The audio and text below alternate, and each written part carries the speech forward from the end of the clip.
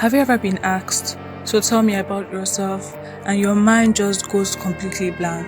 Not like, I don't know what to say blank, but a deep echoing, wait, who am I blank?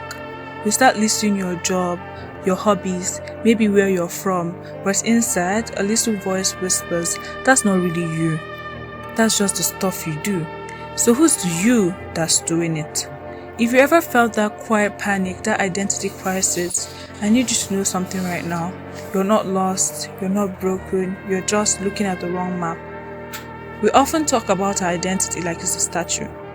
A solid, finished, permanent thing.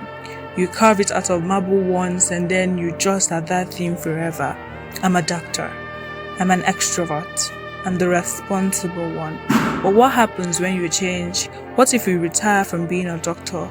What if you go through a period where you just want to be alone? What if you have a day where you are deeply, profoundly irresponsible? Does that mean you're broken?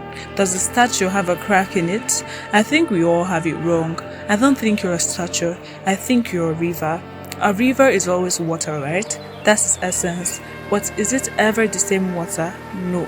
The water is constantly moving, changing, flowing.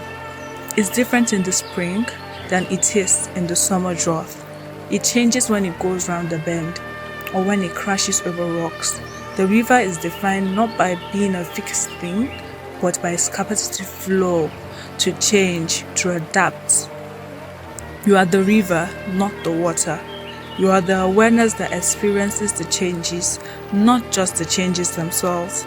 Let me give you a simple example. Think about your music taste. 10 years ago, you might have been absolutely certain that your identity was the person who loves heavy metal. It was a part of you. You had the band t-shirts. You knew all the lyrics. That was you. And now, maybe you find yourself putting on a classical piano playlist just to relax.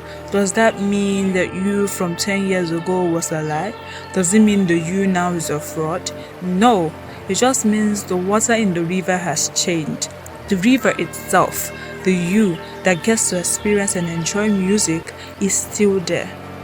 The you that loved metal is still a part of your story, your history. It's a bend in your river, but it doesn't have to be a dam that blocks you from flowing into new tastes. We get so tangled up in the what are we? What is my job? What is my relationship status? What are my likes and dislikes? And we think if those things change, we lose ourselves. But what if your true identity isn't in the what, but in the how? How do you treat people? How do you show up for your friends when they are sad? How do you react when you see an injustice? How do you behave when you think no one is watching? That's where you live. That's your riverbed.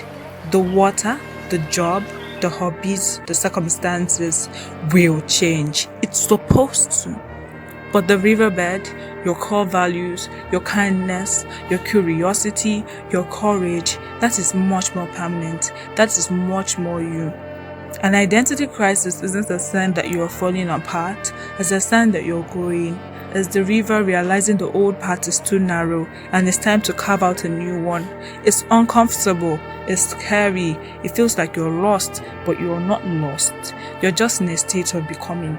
So the next time that panic rises and you think, I don't know who I am anymore, I want you to try something.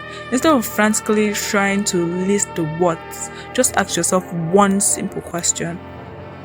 What feels true for me right now?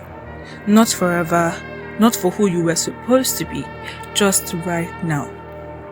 Does this job feel true? Does this friendship feel true? Does staying in tonight feel more true than going out? Your identity isn't a fixed destination. You have to find it. It's a song you're composing note by note every single day. You are the composer and the music all at once. You're not a noun, you're not a verb, you're not a statue, you're a river. Keep flowing.